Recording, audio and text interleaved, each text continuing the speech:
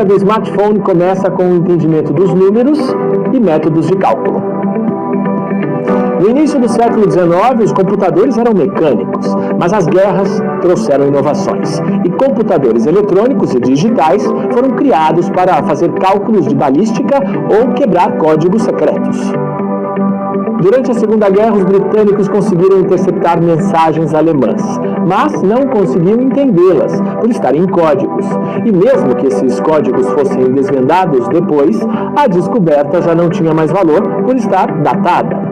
Esse era o enigma, que tinha a função de gerar códigos novos a cada mensagem. Desvendar o enigma era a prioridade dos britânicos, e para ajudar nessa missão, o cientista Alan Turing foi chamado. Anos antes, Alan Turing havia publicado trabalhos teóricos sobre uma máquina capaz de analisar todas as alternativas possíveis diante de uma variável. Na teoria, a máquina de Turing poderia explorar todas as possibilidades de decifrar o código alemão, traduzindo milhares de caracteres por segundo. A máquina foi enfim construída, e o aprendizado gerado a partir dela possibilitou a concepção de outra, ainda mais impressionante, a Colossus, capaz de decifrar qualquer mensagem cifrada em minutos. Foram construídas 10 delas, que foram mantidas em segredo durante a guerra e depois dela. O trabalho de Turing e a existência da Colossus só foram revelados anos depois. As possibilidades que surgiram a partir de computadores como o Colossus deram início à evolução dos computadores, marcada pelo avanço tecnológico, com diminuição de tamanho e aumento da capacidade de processamento e armazenamento de dados. Então, nos anos 1970, surgiram os computadores pessoais. E, com a compactação deles, surgiu o primeiro smartphone, em 1993. Ficamos por aqui, até mais.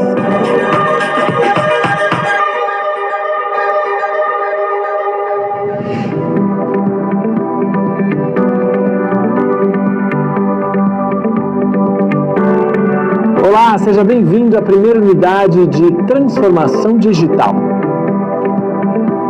O entendimento do contexto histórico em que foi criada a tecnologia móvel e sua evolução são fundamentais para compreendermos as mudanças pelas quais o mundo está passando, entre elas, a transformação digital. A frequência e a conexão das pessoas com smartphones ao longo do tempo são tão importantes na determinação de seus comportamentos que diferenciam as gerações.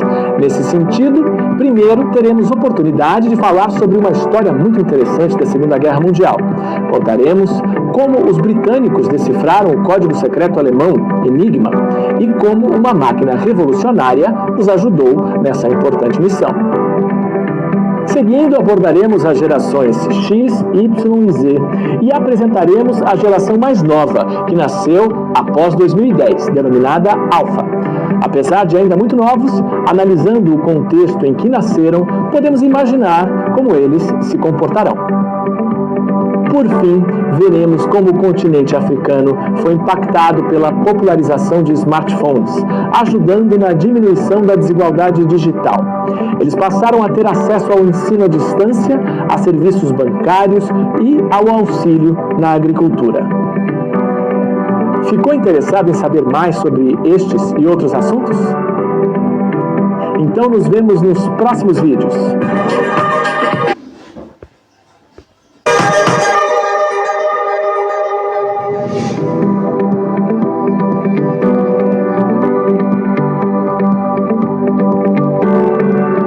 Olá, chamamos de geração X os nascidos entre 1960 e 1970, que viveram no período pós-guerra. Cheios de incertezas e em uma época de recuperação econômica, empregos eram escassos. Então, essa geração focava muito no trabalho, podendo ser considerados workaholics. Já a geração Y nasceu entre 1980 e 1995, e os indivíduos nascidos nessa época foram os primeiros a ter seu estilo de vida muito influenciado pela internet. São também chamados de geração Eu, pela maneira como expõem suas vidas nas redes sociais. São os personagens principais de suas histórias e estão sempre conectados, o que pode ocasionar perda de sono e ansiedade. A geração Z nasceu entre 1996 e 2010. Aqui, a tecnologia móvel já não é uma inovação, mas parte da vida. Tendo contato com mundos diferentes por meio da internet, é conhecida por ser uma geração diversa. Em sua maioria, são sóbrios e preocupados com sua privacidade. E depois da geração Z? Apresento a vocês a geração Alpha. As características dessa geração, ainda muito nova, são baseadas no entendimento do mundo em que nasceram. No Brasil, estão crescendo em uma época de recessão econômica e polaridade de ideias. Isso impactará, de alguma maneira, no comportamento deles. As crianças dessa geração tendem a relacionar-se com naturalidade a smartphones e internet, integrando cada vez mais a tecnologia ao cotidiano. São criadas pela geração Y e tendem a ser mais livres quanto à identidade. Causas relacionadas às diversidades devem continuar a ser importantes, por exemplo. Elas provavelmente serão mais adaptáveis, independentes e empreendedoras. A educação também será muito diferente e as escolas terão que respeitar as diferenças de aprendizagem e de personalidade de cada criança. Ficamos por aqui e até o próximo vídeo. Olá, seja bem-vindo à disciplina de Marketing Digital. Na nossa primeira unidade, vamos falar sobre a importância do marketing para os negócios e como podemos aplicá-lo usando as mídias digitais e também os meios mais tradicionais, como os materiais impressos.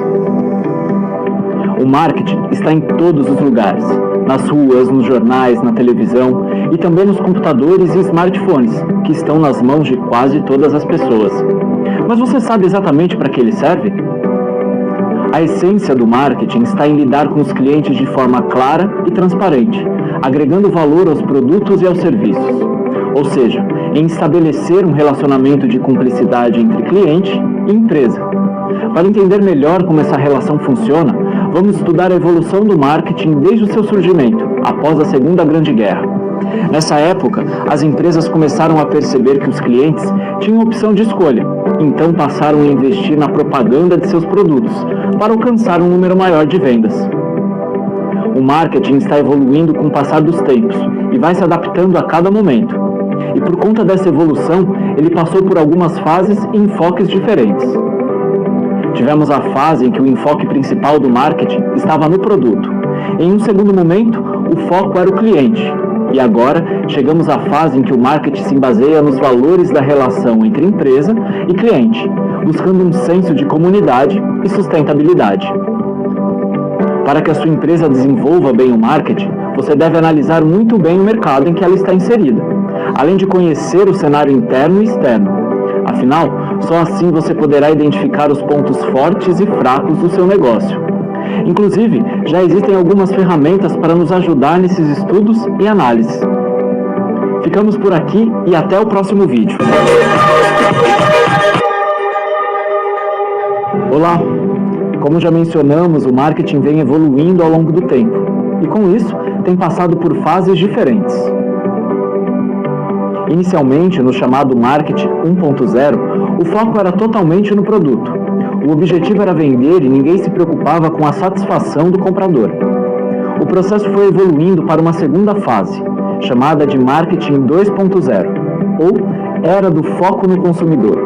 Aqui as pessoas passaram de meros compradores a clientes, e por isso, qualidade passou a ser um diferencial. Isso tudo porque a existência de muitas empresas e produtos semelhantes acabou dando poder de escolha ao cliente. Mas a evolução não parou por aí. Depois veio o Marketing 3.0, ou a Era do Foco nos Valores, em que a propaganda começou a se preocupar com os anseios da sociedade, tratando o cliente como um ser humano pleno. A sustentabilidade dos produtos também começou a ser levada em conta. Ou seja, o produto deve atender os desejos do cliente e, ao mesmo tempo, ser bom para o mundo.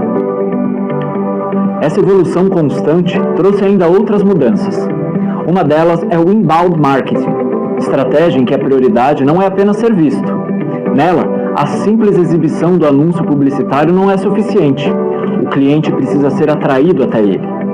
Com isso, a centralidade da figura do cliente passou a ser uma meta ainda maior. As empresas começaram a pesquisar o perfil do seu público-alvo através dos sites utilizados pelos clientes e das pesquisas realizadas nos buscadores, como preços, tipos de produtos, etc. Assim, a comunicação acabou sendo ainda mais direta. Basta o cliente realizar uma pesquisa na internet que as empresas já irão saber o que ele quer e, como um passe de mágica, produtos idênticos ou semelhantes serão ofertados em abundância para esse cliente, seja no site em que ele navega ou até mesmo através do e-mail. Ficamos por aqui. Até a próxima! Nesta aula vamos falar sobre um modelo muito importante para o marketing, o POST. O marketing é uma das áreas afetadas positivamente com a tecnologia. O modelo POST foi desenvolvido com o objetivo de conhecer as pessoas, para que as empresas possam traçar e aplicar as estratégias necessárias para chegar aos seus objetivos. Quando se fala de conhecer as pessoas, também nos referimos aos colaboradores da empresa. Afinal, os funcionários devem estar envolvidos em todo o processo. Além disso, os consumidores também estarão envolvidos e devem receber o tratamento diferenciado. Eles são o motivo do funcionamento de qualquer negócio. É importante que objetivos para conquistar clientes sejam bem claros. Esses objetivos vão desde a expansão das vendas, passando pelo aumento de exposição da marca e produtos, orientação do mercado e ainda construção e consolidação de relações de confiança entre consumidores e parceiros. As estratégias devem ser segmentadas e podemos traçá-las com base em uma determinada área, como por exemplo o local onde esses clientes residem ou trabalham. Podemos ainda aplicar as estratégias com base na renda, grau de instrução, religião ou outra característica de determinado grupo. Vivemos hoje em dia em um mundo conectado e a internet proporciona a utilização dos dados disponíveis, que são imensos, mais conhecidos como Big Data.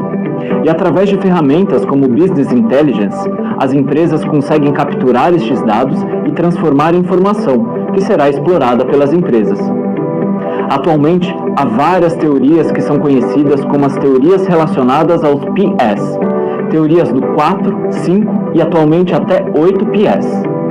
Assim, cada um desses P's deve ser bem estudado, para então conseguirmos nos relacionar com o principal P, as pessoas, é claro. Bom, ficamos por aqui e até a próxima aula.